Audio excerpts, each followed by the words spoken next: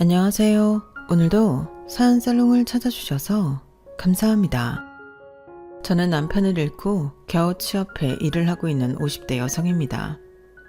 남편은 2년 전 폐암으로 사망했어요.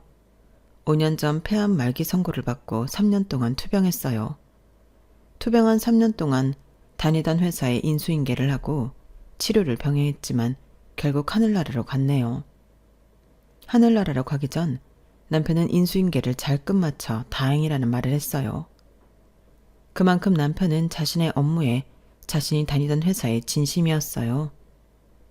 요즘엔 흔치 않는 자신의 발전이 곧 회사의 발전인 사람이었죠. 하지만 그런 남편이 너무 부담스럽다거나 과하다고 생각하지 않았어요. 오히려 당연하다고 생각했죠. 왜냐하면 저도 그런 사람이었으니까요. 저도 남편에게 뒤지지 않는 성실한 일꾼이었어요. 지금도 그렇고요. 하지만 저도 다른 제 또래 여성들과 마찬가지로 불과 몇 년 전만 해도 경력 단절 여성이었어요. 버티고 버티다 37의 일을 그만두고 무려 15년 동안 경력 단절이었죠. 그러다 남편의 폐암으로 하늘나라로 가게 되면서 재취업을 하게 되어요. 저에게 재취업은 물론 다른 여성분들도 마찬가지겠지만 선택이 아니라 필수, 생존이었어요. 남편이 하늘나라로 간 당시 아들은 이제 막 18살이 되었고 딸은 고작 16살이었으니까요. 하지만 제 의지와 다르게 재취업을 하는 길이 녹록지 않았어요. 일단 젊었을 때 쌓아놓은 제 경력을 쳐주지 않아서 저는 다시 처음부터 시작해야 했어요. 그리고 그 처음이라는 단어와 어울리지 않는 나이 때문에 또 좌절해야 했고요. 지금부터 그 이야기를 해드릴게요. 저는 3남 1녀의 막내로 태어났어요. 가족 구성원을 보면 아시겠지만 저희 부모님은 딸을 원하셨어요. 딸을 원했지만 아들만 셋 낳고 포기하려다 마지막이라고 생각하고 저를 갖게 되었죠. 그래서 저는 엄청 예쁨을 받고 자랐어요. 부모님에게만 예쁨 받은 게 아니에요. 저는 오빠들에게도 예쁨을 받았어요. 저는 첫째 오빠와는 8살 차이, 막내 오빠와는 3살 차이가 나요. 나이 터울이 있는 만큼 보살핌을 많이 받았어요. 특히나 저는 대학을 나왔는데요. 4년제를 나왔어요. 그럴 수 있었던 건 제가 20살 때 이미 일을 하고 있던 첫째 오빠 덕분이었어요. 첫째 오빠가 등록금의 반 이상을 대주었기 때문에 저는 무리 없이 대학 졸업장을 딸 수 있었어요. 물론 서울에 있는 대학을 갈 수는 없었어요. 하지만 저는 그 시대에 여자가 대학을 나온 것만으로도 감사하다고 생각했어요. 그리고 서울로 상경하게 되었어요. 친구와 함께 상경에 옥탑방에서 살았어요. 우풍이 심하고 난방도 잘 되지 않았지만 서울에 산다는 생각에 얼마나 기쁘던지요. 저는 아르바이트를 하면서 취업 준비를 했어요. 다행히 서울에 상경한 지 4개월이 조금 지나서 취업을 하게 되었어요. 그때 친구가 사준 지갑이 명품이 아니라 그냥 시장에서 산 것인데도 아직도 가지고 있을 만큼 그때의 기억은 아직도 생생해요. 저는 한 회사의 인사팀에서 근무했어요. 제가 경영학과에 다니면서 가장 관심이 갔던 팀이 인사팀이었어요. 사람들을 관리한다는 것이 저에게는 매력적으로 느껴졌거든요. 그리고 저는 인사팀이란 사람을 연구하는 일이라고 생각했어요. 회사에 적합한 인재가 무엇인지 파악하고 적재적소에 분포시키는 일이라고 생각했죠. 얼마나 매력적인 일인가요? 물론 본격적으로 인사팀에서 근무하면서 그 실상이 이상과는 조금 다르구나 싶긴 했지만 그래도 즐거웠어요. 재미있었고요. 특히 인사팀은 다른 부서들과의 커뮤니케이션이 중요했고 그 사실이 저에겐 재미있었어요. 저는 많은 직원들과 소통하려고 노력했고 그러기 위해 그들의 정보를 외우고 새로운 정보를 알면 메모하기를 반복했어요. 그러다 제게 눈에 띈 사람이 있었죠. 그 사람은 무슨 요일이든 밝게 인사하는 사람이었어요. 인사팀뿐만 아니라 다른 부서 사람들은 그 사람을 웃는 괴물이라고 불렀죠. 그 사람은 개발팀이었어요. 그리고 저보다 입사를 2년 정도 빨리 했고 군대를 만기 전역했으며 지금 거주하는 곳은 회사 근처 빌라고 여동생이 2명 있다는 것을 회사 인사 시스템으로부터 알고 있었죠. 그리고 저는 그 이후에 그 사람의 자기소개서를 봤어요. 그 사람의 필력은 읽기 좋았고 안 뽑을 수밖에 없는 열정이 느껴졌어요. 그리고 그는 정말 열정적인 사람이었죠. 개발팀에 있으면서 프로젝트를 성공시킨 적도 많았고 그래서 입사한 지 2년 만에 대리로 승진했더군요. 그래서 웃는 괴물이라고 불리는 거였어요. 하지만 그것보다도 무슨 요일이든 웃는 얼굴로 회사에 출근하는 모습이 제게 좋아 보였어요. 그래서 친해지고 싶었어요. 배울 점이 많아 보였어요. 그리고 친해지는 데에는 오랜 시간이 걸리지 않았어요. 그는 성격이 무척 좋아서 저에게 쉽게 옆을 내줬어요. 하지만 데이트 신청을 하기까지는 4년이 걸렸어요. 저는 4년 뒤에 참다 못해 그 사람에게 데이트 신청을 했어요. 그런데 저녁을 먹는 도중에 그 사람이 급하게 전화를 받았어요. 아, 맞다. 잊고 있었어. 지금 어디야? 아, 여기 근처네. 그럼 일단 여기로 와. 그렇게 전화를 끊더니 그 사람이 제게 정중하게 사과했어요. 저 혹시 죄송한데 제가 오늘 사실 조카를 봐야 했거든요. 그런데 제가 잊고 있었네요. 그런데요? 실례지만 부탁 하나 드려도 될까요? 뭔데요? 정말 죄송하지만 애들이랑 잠깐만 같이 있어도 될까요? 정말 죄송해요. 첫 데이트인데 정말 죄송합니다. 혹시 부담스러우시면 오늘은 제가 데려다 드리고 다음에. 괜찮아요. 네? 괜찮으니까 오라고 해요. 사실 저 애들도 별로 좋아하지 않는데 그 사람이 첫 데이트라고 낙인 찍어준 게 기뻐서 그렇게 하라고 했어요. 그리고 얼마 안 돼서 그 사람의 조카들이 왔어요. 6살, 3살이라고 설명하더군요. 그래서 그날 아이들을 데리고 공원에 가서 뛰어놀고 아이스크림을 사주고 그랬어요. 그 사람은 아이들에게도 친절하더군요. 좋은 삼촌인 것 같았어요. 저는 조금 친해진 것 같은 기분에 사적인 것도 물었어요. 아까 본 동생분 6살 아이를 가진 엄마처럼은 안 보이던데요. 젊고 세련된 엄마 같았어요. 아, 동생이 아기를 일찍 가졌거든요. 19살 때요. 뭐 흔히 말해 사고친 거죠. 아, 그런 사연이 있을 줄은 몰랐어요. 괜찮아요. 이제 지난 일이기도 하고 지금은 엄청 잘 살고 있어요. 매제도 동생이랑 동갑인데 성실하게 일하면서 2아이의 아빠로 지내고 있어요.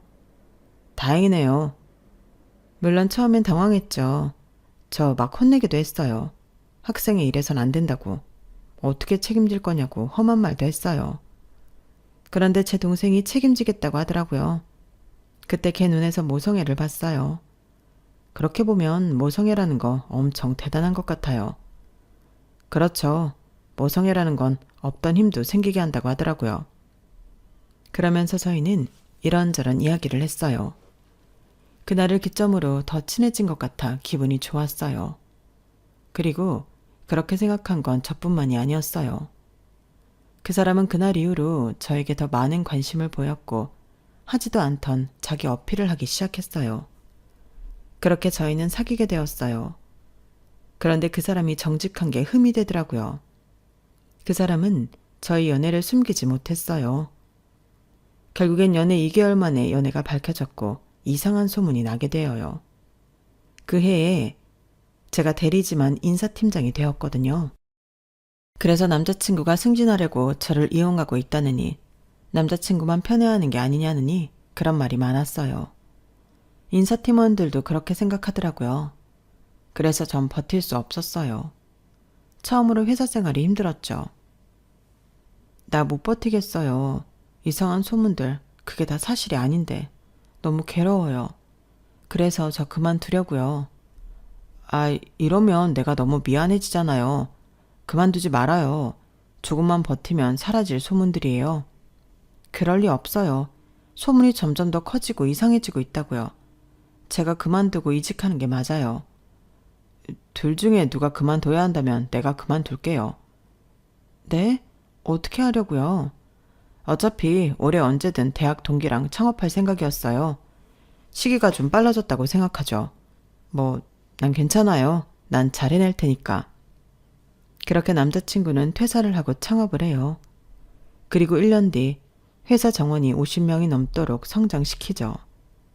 그러자 남자친구가 저를 회사 인사팀 부장으로 스카우트하려고 했어요. 그리고 저에게 청혼을 했어요. 그래서 저는 결혼식을 올리고 신혼여행을 다녀온 뒤에 퇴직을 했어요. 그리고 남편 회사로 들어갔죠. 남편 회사에서 저는 약속한 대로 인사팀 부장이 되었어요. 사람들이 대표 와이프라고 낙하산이라고 저를 무시하거나 욕할 수 없게 저는 열심히 일했어요. 그러다 1년 뒤에 아들을 가졌죠. 아들을 가진 뒤에도 저의 열정은 식지 않았어요. 저는 임신 8개월 때까지 출근을 했고 출산 직전까지 재택근무를 했어요. 그리고 출산하고 나서는 고향에 있던 어머니를 서울로 오시게 해서 갓난아이를 맡기고 복귀했어요. 그렇게 2년 동안 다시 일을 했고 딸을 가졌죠. 딸을 가졌을 때도 아들, 딸과 마찬가지로 똑같이 일을 했어요. 출산 직전까지 일을 했죠. 그리고 마찬가지로 갓난아이를 어머니에게 맡긴 뒤에 회사로 복귀할 생각이었어요. 그런데 딸아이가 너무 보채더라고요. 저와 떨어지면 무작정 울었어요. 3살까지는 아이가 울어도 떼어놓고 출근을 했어요. 나중엔 괜찮아지겠지 생각했어요. 하지만 아이는 편도가 부을 정도로 울었고 나아질 기미가 보이지 않았어요. 그래서 일을 그만둘 수밖에 없었어요. 저도 엄마니까요. 그리고 육아를 했어요. 처음엔 그런 생각을 했어요. 아이를 키우면서도 아이가 초등학교에 들어가면, 초등학교를 졸업하면 이러면서 복귀를 할 생각을 했어요. 그런데 중학교, 고등학교를 들어가니 손이 더 가더라고요. 울지만 않을 뿐이죠. 그래서 저는 아이들을 등원 등교시키기 위해 운전면허를 따고 아이들뿐 아니라 남편의 건강을 위해 식단도 짜면서 엄청난 노력을 해요. 그러면서 저의 복귀는 희미해져 가죠. 그러다 보니 세월이 15년도 더 흘렀네요. 하지만 정확하게는 경역 단절이 된 지 11년째 되던 해에 발동이 걸려요. 그때 남편이 폐암 말기 판정을 받거든요. 의사도 회복할 수 없다고 말했고 희망이 없었어요. 망연자실한 남편 옆에서 저는 너무 슬펐고 무너질 것 같았고 매일 울었어요. 하지만 언제까지 울 수 없다고 생각했어요. 그 당시 아들이 6살, 딸이 14살이었으니까요. 한참이나 더 키워야 했고 요즘에 대학 안 가는 애들이 없으니 대학도 보내야 하니까요. 그래서 저는 그때부터 재취업을 준비했어요. 그간 경력으로 취업을 도전했어요. 하지만 번번이 실패했어요.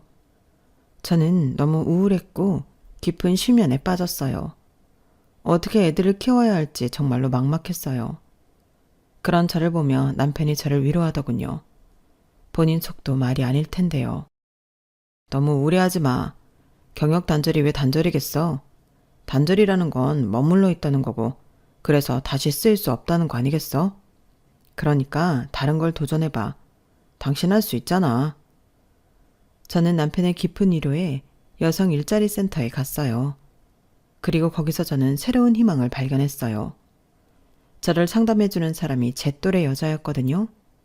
저는 그 사람이 저에게 뭐라고 하는지는 듣지도 않고 대뜸 물었어요. 이 일을 하려면 어떻게 해야 해요? 그러자 그 상담자가 웃으면서 본인의 직업과 되는 방법을 차근차근 알려줬어요. 그래도 인사팀으로 경력이 좋으신데 다른 걸 도전해보셔도 괜찮겠어요? 네, 괜찮아요. 경력 단절이 왜 단절이겠어요? 그날 이후로 저는 직업 상담사에 도전했어요. 저는 2급 직업 상담사 자격증을 취득하는데 1년 반 정도 걸렸어요. 4번의 시험을 봤죠. 저는 자격증을 취득하고 집안 사람들 모두에게 이 기쁜 소식을 알렸어요. 그러자 아들과 딸이 파티를 준비해줬어요. 근사한 식사도 하고 케이크도 먹고 즐거운 시간을 보냈어요. 그리고 남편이 제게 말했죠. 이제 나도 편하게 갈 수 있을 것 같아. 당신도 그렇고 회사도 그렇고 잘 넘겼으니까 정말 다행이야. 내가 사람을 제대로 봤지. 당신은 내가 상상한 이상으로 멋진 여자고 대단한 엄마야. 그러니까 앞으로도 잘 부탁해. 내가 어디서든 지켜보고 보살펴 줄 테니까. 그리고 남편은 이틀 뒤에 하늘나라로 갔어요. 3일 동안 장례식을 치르면서 많은 분들의 위로가 있었어요. 하지만 그 어떤 위로도 남편을 보낸 저를 위로할 수 없었죠. 남편을 보낸 일은 저에게 제가 상상도 못할 만큼 큰 슬픔을 가져다 줬어요. 저는 가슴이 뻥 뚫린 것 같고 쉴 새 없이 눈물이 나오고 뭘 먹지도 않았는데 구역질이 나고 수도 없이 나쁜 생각이 들었어요. 그리고 그건 5개월 동안 이어졌고 몸무게가 5kg 빠졌어요. 하지만 보이는 모습은 5kg보다 더 빠진 것처럼 보였죠. 그때 아들의 새학기 등록금이 빠져나가고 잔액이 떴어요. 그동안 저희 가족은 남편의 사망보험금으로 생활하고 있었거든요. 그 돈이 거의 바닥이 나 있었죠. 아, 이래선 안 된다. 저는 번쩍 눈이 뜨였어요. 이렇게 살다간 나뿐만이 아니라 내 아들도 딸도 죽겠구나. 산 사람은 살아야 한다는 저희 어머니의 말도 생각나고요. 그래서 일어나 화장실에서 며칠 동안 하지 않았던 세수를 하고 노트북을 열었어요. 그리고 직업 상담사를 뽑는 채용 공고에 정말 모두 원서를 넣었어요. 하나는 될 거라고 생각했어요. 그리고 하나가 되었죠. 면접을 보러 오라더군요. 저는 너무 헬스한 모습이면 안 좋을 것 같아서 정말 많이 먹고 잘 잤어요. 그리고 면접을 봤어요. 면접을 보고 저는 취업을 했어요. 직업 상담사로 일하게 되었죠. 그리고 그때도 제 아들딸이 파티를 열어줬어요. 제가 5개월 동안 엄마 노릇을 제대로 해주지 않았는데 이런 파티를 받아도 되나 송구스러웠어요. 그리고 그만큼 보답해야 한다고 아이들에게 부끄러운 엄마가 되어서는 안 된다고 마음을 다잡았죠. 그렇게 첫 출근을 했어요. 한 달 동안 저는 직업 상담사로 일하며 저와 비슷한 경력단절 여성들과 20대, 30대 젊은이, 퇴직한 노년층에게 직업을 알선했어요. 그 사람들의 특성과 성향을 알고 그 사람들의 관심사에 집중해 적재적소의 일자리를 알려주는 것이 제가 인사팀에서 했던 업무와 다르지 않았고 그래서 친숙하고 보람이 있었어요. 게다가 정말 제가 알선한 곳에서 취업이 되면 그 보람은 배가 되었죠. 직업 상담사 업무는 그게 또한 실적으로 작용되기 때문에 그런 경우는 더할 나위 없이 기뻤어요. 그래서 저는 점점 더 전투적으로 내담자의 특성, 성향을 파악한 뒤에 취업 알선을 했어요. 성과가 직접적이라는 게 저에겐 큰 자극으로 다가오더라고요. 하지만 애로사항이 있었어요. 바로 한 사람이었는데요. 같은 본사, 같은 부서에서 일하는 부장이었어요. 부장은 입사 첫날부터 저를 불편하게 생각했어요. 그걸 숨기지 않았죠. 기껏 뽑았다는 신입이 이 사람이야? 회사 꼬라지 잘 돌아간다. 세상이 말세다 말세야. 신입은 젊은 맛이 있어야지. 이 사람은 나이가 너무 많잖아. 아줌마, 몇 살이에요? 아니, 말하지 말고 들어서 편할 거 없으니까. 나이 많은 신입이지만 아무쪼록 잘 부탁드립니다. 아, 네네. 봐, 얼마나 불편해. 나는 또 신입 뽑아준다고 해서 새파랗게 젊은 애인 줄 알았는데 이거 일 시키기도 쫌스럽고. 아, 그래도 다들 내 말 잘 들어. 이 사람은 나이가 많지만 신입이야, 신입. 그러니까 사원들 대리들 똑바로 대해라. 내가 제일 싫어하는 무리가 어딘 줄 알아? 바로 군대야. 내가 장교 출신인 거 모르는 남자들 없지. 장교가 나이 많은 부사관들한테 뭐 할 때마다 부탁드립니다 하는데 난 정말 그게 이해가 안 가.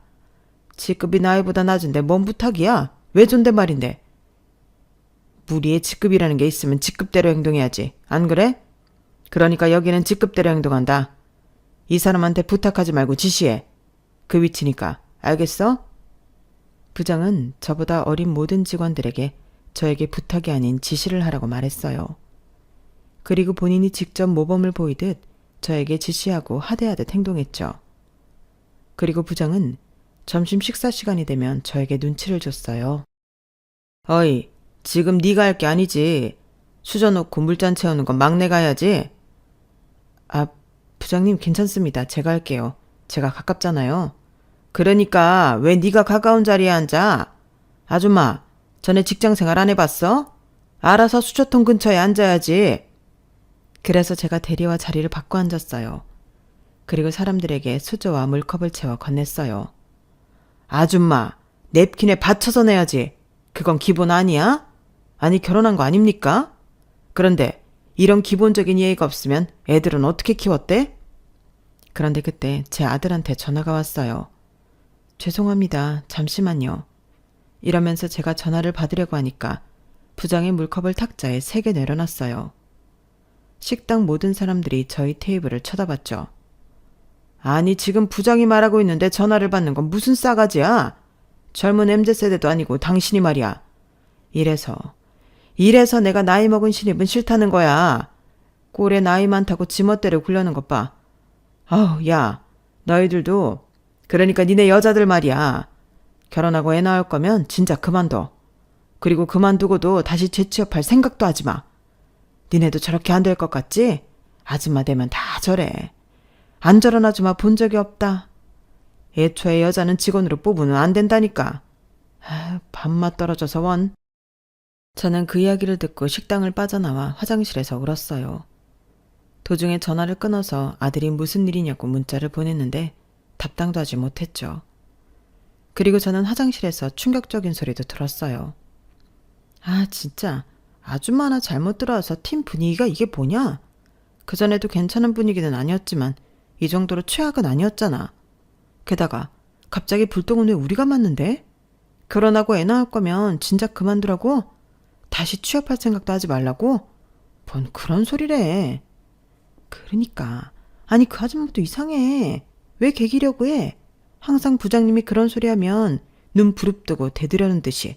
그러니까 부장님이 더 그러지. 회사는 미쳤다고 그런 신입을 뽑냐? 솔직히 우리도 좀 불편해. 엄청 불편하지. 뭐 지시 하나 내리려면 엄마 뻘인데 나도 모르게 부탁드립니다 소리 나오잖아. 그런데 그렇게 말하면 부장님이 대뜸 혼내고.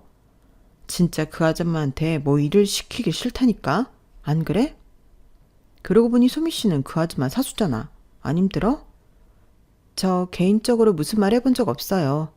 애초에 유대관계가 안 쌓인다니까요. 뭐 공통점이 있어야 말 좀 붙이고 친해지지. 그리고 부장님이 그러시니까 말 붙이기도 불편해요. 그런데 저도 그분이랑 친해질 마음은 없어서 그냥 이대로 시간만 보내는 거죠. 빨리 시간 지나서 들이다셨으면 좋겠어요. 그러게, 차라리 다른 신입 들어올 정도로 시간이 지났으면 좋겠다. 저는 화장실에서 그 소리를 듣고 이 회사엔 제 편이 없구나 싶었어요. 그리고 그날은 그 길로 조퇴하고 집으로 갔어요. 집에서 집안일을 끝내고 TV를 봤어요. 그런데 너무 적적하더라고요. 그래서 집에서 쉬는 친구 하나를 불러 카페를 갔어요. 친구는 저보다 결혼을 일찍 해서 두 아이 다 대학생이에요. 하나애는 졸업반이고요. 그래도 1년만 고생하면 한 명 남았네. 부럽다 부러워.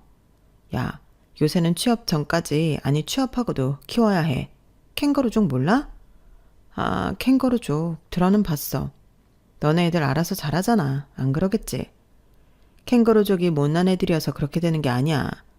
이미 사회가 캥거루족이 되게끔 만들었어. 지금 애들이 일자리 구하기가 좋니? 집 사기가 좋니? 애들이 뭘 할 수 있도록 월급을 안 준다니까? 그리고 뭐 애들도 문제가 있지. 애들 대학 보내면서 애들 눈높이만 높아졌으니까. 어쨌든 이런 이유 저런 이유로 캥거루족은 피할 수 없다니까. 그래서 나도 일자리 구하려고. 어디로 구하게? 그냥 마트나 어디 농사나 도우려고. 아휴, 너도 고생이다. 그래도 너는 그동안 남편이 많이 벌어주기도 했고 네 남편이 워낙 좋은 사람이라 너한테 시간을 줬잖아. 그래서 네가 자격증도 따고 버젓이 직장도 구하고 얼마나 다행이야? 벌이로 따지면 그렇긴 한데 나도 요새 힘들어. 아니, 부장이라는 사람이 내 또래인 것 같은데 자꾸 나한테 꾸지람을 하네? 무슨 꾸지람? 밑도 끝도 없는 꾸지람. 나이 많은 신입에 여자라고 그러는 것 같아. 와, 요새도 그런 사람이 있어? 그러니까 이 세상 미래가 암담한 거다. 그런 인간들이 높은 자리에 있으니까 그런 인간이 없어져야 되는데. 그런데 뭐라고 하는데? 뭐라고 하는데 네가 이렇게 풀이 죽어 있어. 그렇게 당당한 애가. 나이 많은 신입이라고 뭐라고 하고 게다가 여자니까 맨날 나한테 아줌마라고 불러. 사원이라고 안 부르고. 이름도 누구누구 씨 안 하고 아줌마라고 불러. 그리고 나보다 직급 높은 어린 애들한테 나한테 부탁하지 말라고 그래. 그럼 뭐라래? 지시하래. 나한테 지시하듯이 안 하고 부탁하듯이 말하면 혼내. 자기는 위계질서 확실한 구조를 좋아한다고. 위계질서가 있는 건 이유가 있다고. 그리고 점심 식사할 때는 내가 수저통 근처에 앉아서 이것저것 나르고 그래야 해. 웃기지? 와, 50 넘어서 그런 대접 받아야 해? 좀 존중해 줄 수 있잖아. 나도 나이 많다고 신입 대접 안 해주는 건 싫어. 그런데 그렇다고 신입이니까 홀대하는 것도 싫더라. 나 사실 지금 한계야. 힘들어. 그만둘까? 야, 그만두긴 뭘 그만둬. 그래도 우리 나이에 재취업하는 입장에서 너처럼 성공한 경우가 흔한 줄 알아? 그러니까 악바리로 버텨. 아줌마 힘을 보여줘. 그래야겠지? 그래. 너는 애들도 아직 어리잖아. 둘째가 고등학교 2학년 아니야? 너 고등학교 3학년 되면 돈이 얼마나 많이 드는지 알아? 교재에, 학원에, 강의에 장난 아니야. 그리고 대학교는 네가 보내봤으니 알 거고. 애 대학 안 보내고 일 시킬 거면 그만둬. 그런데 아니면 다녀. 더러워도 다녀. 지난번에 보니까 젊은 아가씨들이, 아니 대리들이 내 사수도 내 욕하더라. 늙은 신입 와서 팀 분위기 흐린다고. 그 이야기 정말 네 귀로 들어봐. 버티라는 소리 안 나올걸? 더럽지. 그 꼴 아주 간사하고 더럽지. 걘 뭐 안 늙을 것 같대? 걔네들도 우리처럼 다 늙고 결혼할 거고 애도 낳을 거고 다 우리처럼 되게 되어 있어. 그때 아주 피눈물 흘리며 후회할 거다. 내가 그러지 않고 나는 그러지 않았으면 세상이 달라졌을까 하고 그럴 거야. 그런데 그건 나중 일이고 우린 지금을 봐야지. 당장의 학원비, 우리 생활비 생각해야지. 그러니까 나랑 얘기하면서 훌훌 털어내고 잊고 내일 출근해. 출근해서 웃는 얼굴에 침 못 뱉는다고 웃어. 웃어버려. 저는 친구가 준 용기에 다시 한번 일어났어요. 그리고 저는 친구의 말을 명심하고 출근을 했어요. 커피를 사들고 가서 웃으며 팀원들에게 전했어요. 무슨 좋은 일 있어요? 아니요. 그냥 좋은 일이 있으면 해서요. 그리고 부장이 왔어요. 저는 커피를 부장에게 건넸어요. 그러자 부장이 웬 몹쓸 짓을 본 것처럼 치우라고 하는 거예요. 난 늙은 아줌마가 주는 커피 안 마십니다. 김대리, 나 믹스 한 잔만. 그리고 일이나 하세요. 이상한 수 쓰지 말고. 결제 서류 없어요? 부장이 언제부터인가 결제 서류를 다 저보고 가지고 오라고 했거든요. 저는 제 책상에 놓은 결제 서류를 확인하고 있었어요. 거 봐도 모를 거니까 그냥 통째로 들고 와요. 뭘 한다고 보고 있어? 저는 웃자 하면서 서류를 들고 부장 책상으로 갔어요. 그리고 서류들을 내밀었어요. 부장은 하나씩 사인을 하다가 한 서류에서 멈칫했어요. 오탈자네. 이런 중요한 서류에 오탈자가 있으면 돼? 서류 작성할 때 맞춤법은 기본이잖아. 아, 이건 제가 한 게 아니라 또 그 소리. 나의 실수는 나의 실수고 팀의 실수는 나의 실수 아닌가? 매번 그렇게 변명만 해대는 신입 나는 딱 싫어해. 이런 식으로 일할 거면 때려쳐. 부장은 틈만 나면 저를 혼내고 꼭 때려치우라는 소리를 했어요. 저는 친구와의 다짐을 기억하며 웃는 얼굴을 했어요. 왜 계속 웃어? 이번엔 미친 거야? 아줌마, 내 말을 제대로 알아들은 거 맞아? 이런 식으로 할 거면 때려치우라고. 부장님, 저를 왜 매번 미워하시는지 모르겠습니다. 저 일 못하지 않잖아요. 이제껏 제가 한 일 중 처리되지 않은 건 없습니다. 제가 늑다리 신입이라 싫어하시는 거 아는데 이젠 그만하실 때 되지 않았나요? 제가 웃으며 그렇게 말하자 부장은 하! 하고 헛웃음을 치며 제게 삿대질을 했어요. 오늘 아주 대단히 미쳤구만. 부장 앞에서 못하는 소리가 없네. 나이값 하는 겁니까? 이사원? 네, 맞습니다. 늑다리 신입이라 싫습니다. 됐어요?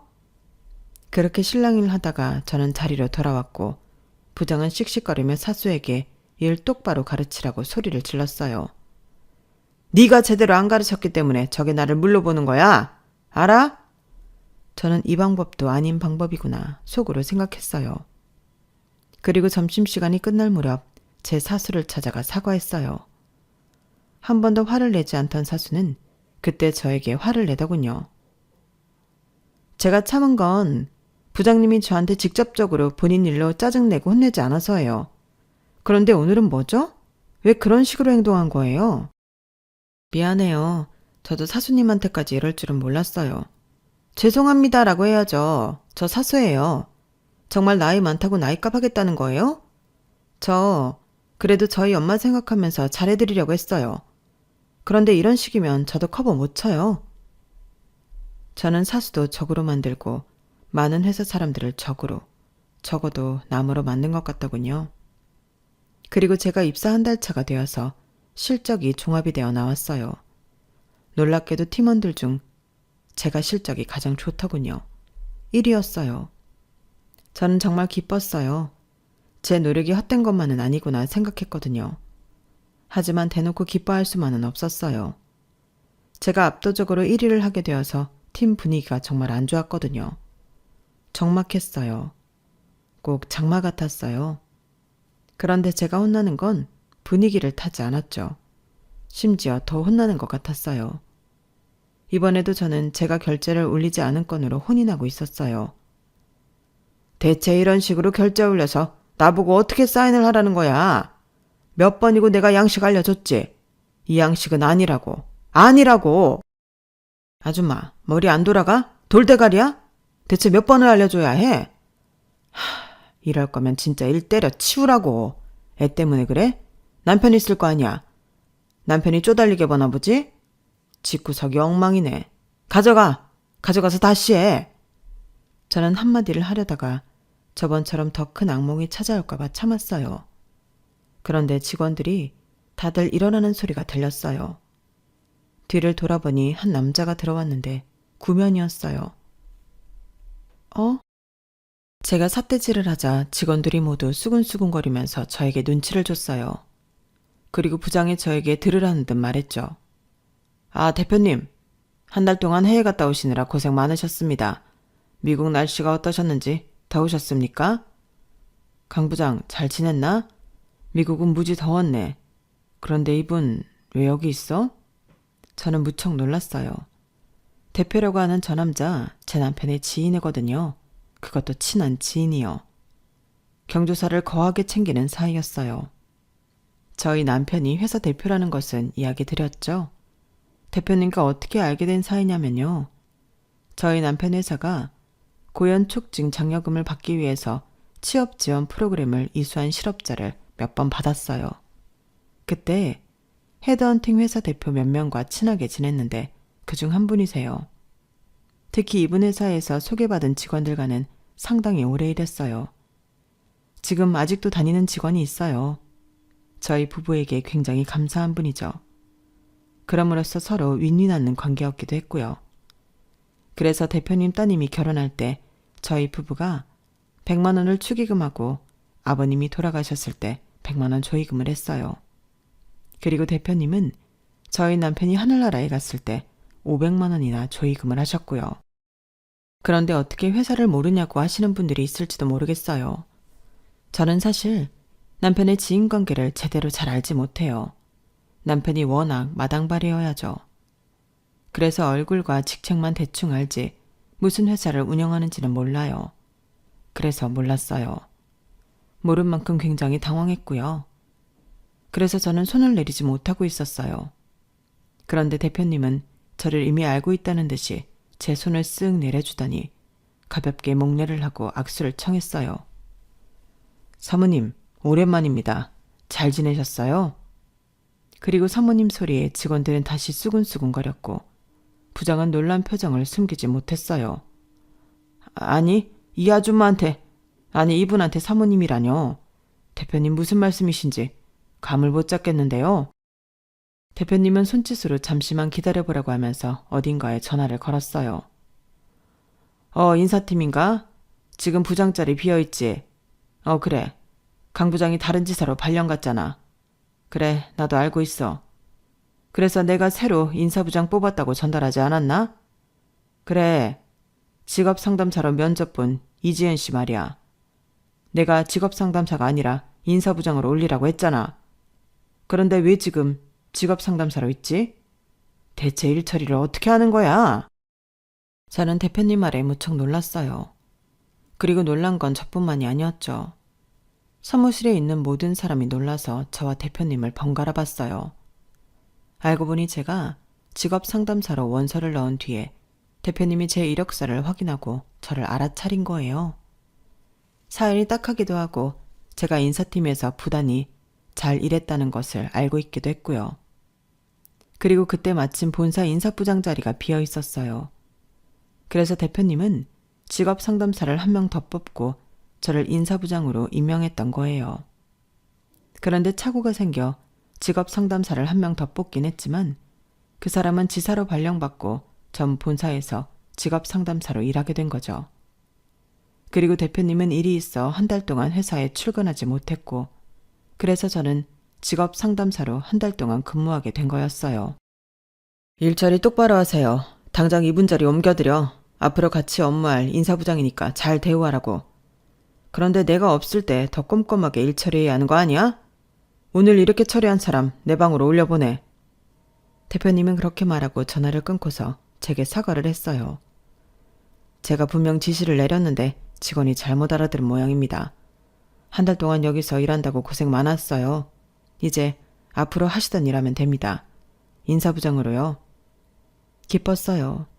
이제껏 몸바쳐 일한 제 경력이 인정된 것 같아서요. 그리고 좋아하던 일을 다시 할 수 있어서 기뻤어요. 그런데 사실 저조차도 의문이 들었어요. 경력 단절이 된 지 무려 15년이 되었잖아요. 그동안 인사 업무의 체계도 많이 바뀌었을 거고 시스템도 바뀌었을 텐데 제가 잘할 수 있을까 이런 생각이 들더라고요. 솔직히 겁나더라고요. 그래서 제가 경력 단절을 걱정하며 직업 상담사에 일을 하는 게 낫지 않겠냐고 대표님에게 말했어요. 대표님, 말씀은 감사합니다. 그런데 제가 경력 단절이 된 지 15년이나 되어요. 그동안 인사팀 업무가 많이 바뀌었을 거예요. 그런데 갑자기 부장 자리에서 일할 생각을 하니 솔직히 눈앞이 캄캄하네요. 차라리 제가 지금 일하는 자리에서 다시 시작하는 게 낫지 않을까요? 사모님, 아니 인사부장님, 언제 그렇게 자신감이 없는 사람이었어요? 제가 본 인사부장님은 늘 자신감 넘치고 여자라고 주눅들지 않고 남편분보다 더 성실하고 능력 있는 사람이었잖아요. 저는 정식이도 정식이지만 인사부장님을 보고 정식이와 더 친밀하게 지낸 겁니다. 두 분 다 좋은 사람이니까 제가 그렇게 대한 겁니다. 자신감을 가지세요. 분명 부장님은 잘할 겁니다.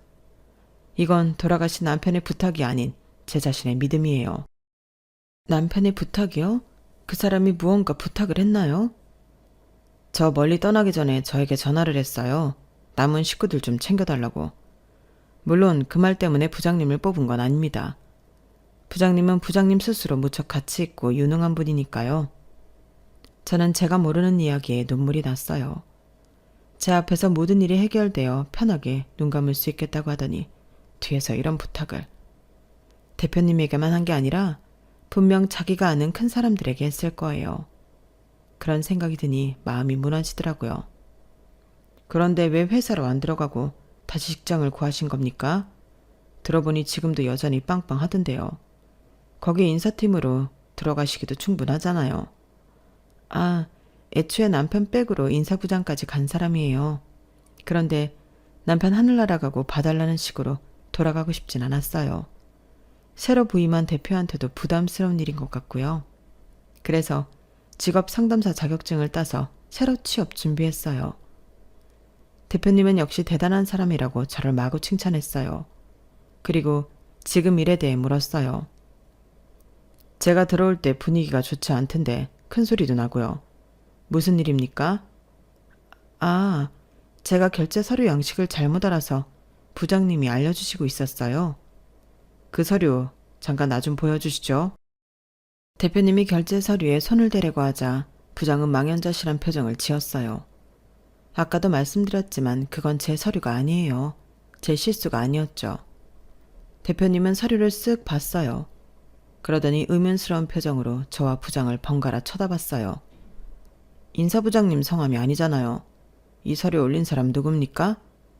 그때 다른 대리가 손을 들었어요. 그런데 왜 이분이 대신 결제를 받고 있죠? 대표님이 그렇게 묻는데 아무도 진실을 말하지 않았어요. 물론 저조차도 그랬죠. 그런데 대표님은 대충 상황을 알겠다는 듯이 부장을 쳐다봤어요. 설마 강 부장, 나이 많은 신입이라고 무작정 까고 있었던 건 아니지? 아닙니다. 그런데 왜 이분 서류가 아닌데 이분이 결제를 받고 있고 본인이 한 실수가 아닌 부분에서 혼이 나고 있었던 거지? 그런 게 아니라 이것도 나름의 교육이라고. 나는 배운 사람들을 뽑은 것 같은데 교양 있고 배운 사람들 말이야. 그런데 지금 강 부장이 하는 꼴을 보니까 전혀 내가 잘못 생각한 것 같네. 내가 사람을 잘못 봤어. 지금 결제서를 읽어봐. 누구 이름으로 되어 있지? 정문주 대리라고 되어 있습니다. 자네 나이가 올해 52 아닌가? 벌써 노안이 왔어? 왜 그러는 거야? 대표님이 다그치자 부장은 고개를 숙여 사과했어요. 사과는 나한테 하는 게 아니라 이분한테 해야지. 정말 죄송합니다. 죄송합니다. 절박한 사과를 받고 저는 인사팀으로 짐을 옮겼어요. 그리고 인사부장으로서 일을 시작했어요. 다행히 적응하는데 오랜 시간이 걸리진 않았어요. 그리고 저는 인사이동 업무를 맡았어요. 직원들의 데이터베이스를 확인하고 적절한 곳에 인사이동을 시켰죠. 그중 강 부장도 있었어요. 알고 보니 강 부장은 15년 동안 그 자리에서 고인물처럼 있었더라고요. 그리고 남쪽 지사에 부장 자리가 몇 달간 비어 있었어요. 그 전에는 계속 부장이 바뀌었고요. 그래서 저는 강 부장이 적임자라고 생각했어요. 그래서 발령을 보냈어요. 그런데 발령 공고를 받은 지 몇 시간도 되지 않아 강 부장이 저를 찾아왔어요. 얼굴이 붉은 것이 화가 제법 난 것 같았죠. 인사이동이라니. 그 남쪽 동네로 날 발령 보내? 지금 복수하는 거야? 뭐야? 복수라뇨. 저는 냉정하게 이성적으로 강 부장 같은 분이 그 지사에 있으면 회사 발전에 도움이 될 것 같아서 발령 보내는 겁니다. 아니지. 아니야. 지금 당신이 한 짓은 내가 그동안 꼬장 좀 부렸다고 열받는다고 이러는 거 아니야? 내가 괜히 그랬겠어. 사람은 강하게 키울수록 잡초처럼 어떤 바람에도 잘 자라는 법이야. 다 당신을 위한 거라고. 그리고 그동안 당신이 전혀 실수를 안 한 건 아니잖아? 제가 무슨 실수를 했는데요? 제가 그렇게 묻자 강 부장은 어버버 말을 제대로 하지 못했어요. 사실 저 일하면서 큰 실수한 적 없거든요. 다른 젊은 직원들이 실수를 밥 먹듯이 했었죠. 제가 실적 1위 했던 건 아시죠? 그런 제가 무슨 실수를 했다고 하세요? 기억하는 실수 하나라도 있어요? 실수는 다른 직원들이 더 밥 먹듯이 했죠. 부장님은 그냥 제가, 나이도 많고 여자인 제가 그냥 싫은데 일까지 잘하니까 더 안 입고 왔던 거잖아요. 설마 그거 다 대표님한테 이야기한 거야? 사람 그렇게 안 봤는데 되게 치사하네. 입사도 부정입사 아니야? 대표님이 그 앞에서 분명히 말씀하셨잖아요. 부정입사 아니에요. 전 제 실력으로 여기까지 온 겁니다. 아무튼 발령 받으셨으니 조금씩 정리하고 내려가세요. 아니, 지금 이제 와서 나를 보내는 이유가 뭔데? 이유는 말씀드렸잖아요. 회사 발전을 위해서 그 자리에 적합한 사람이 강 부장님이기 때문이에요. 이런 식으로 대우해줘봤자 기쁘지도 않다고. 내 딸이 이제 고3이야. 그런데 내가 어디를 가? 이런 사정 회사가 다 봐줘가면서 발령을 보내든 해야지. 딸이 있어요? 그래, 2명이나 있어. 그러니까 발령을 취소해. 딸이 고3이라고. 고3이 어디를 움직여? 딸이 있는데 저한테 그런 식으로 말한 거예요? 그렇게 말하자 강 부장 눈이 흔들렸어요. 혼자 내려갈 건지 가족 다 같이 내려갈 건지 결정하세요. 그래야 집을 구해주든지 하죠. 저희 회사에서 집 제공해주는 거 아시죠? 그리고 정당한 인사이동에 불응하면 해고 조치됩니다. 내가 그런다고 갈 것 같아? 그럼 해고되시는 거죠. 그리고 이제 나도 부장인데 말 가라가면서 해라. 나이도 보니까 내가 1살 더 많더만. 어디다 대고 말을 줄여. 내가 이제껏 당한 거 홧김에 풀어버리기 전에 험한 꼴 보기 싫으면 당장 나가요. 그리고 강 부장은 일주일 동안 발령에 불응하다가 정말 해고 조치될 것 같으니 남쪽 지사로 갔어요. 주말 부부를 한다고 하더군요. 가끔 올라와서 회사 직원들도 보는 것 같던데 볼 때마다 행색이 엉망이라고 하더라고요. 그리고 저는 어엿한 인사팀의 부장으로 거듭나기 위해 매일 노력 중에 있어요. 당당한 부장이 되면 떳떳한 엄마이자 아내가 될 수 있을 거라고 생각해요. 그리고 하늘에서 보고 있을 당신에게 오늘 이 사연을 바칩니다. 제 사연은 여기까지입니다. 들어주셔서 감사합니다. 사람의 인연은 어디에서 어떻게 이어질지 모르는 것 같습니다. 인생이란 게 살수록 어려운 것 같은데 현명하게 잘 살아봐야지요. 저에게 용기를 주세요. 모두들 건강하시고 행복하세요. 여러분, 사연 댓글에 응원과 현명한 조언 부탁드려요. 좋아요와 구독은 저에게 큰 힘이 됩니다. 오늘도 좋은 일 가득하세요.